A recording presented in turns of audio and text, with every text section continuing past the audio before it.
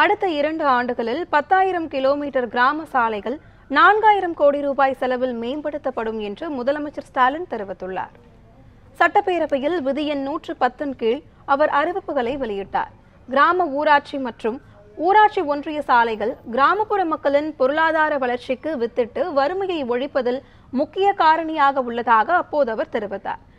சாலை கட்டமைப்பானது வேளாண் உற்பத்தியை அதிகரித்து ஊரக வளர்ச்சிக்கு வழிவகுக்கிறது என்றும், தரமான சாலைகள் ஊரக மக்களின் வருமான அளவை உயர்த்த வழி செய்கிறது என்றும் கூறியுள்ளார்.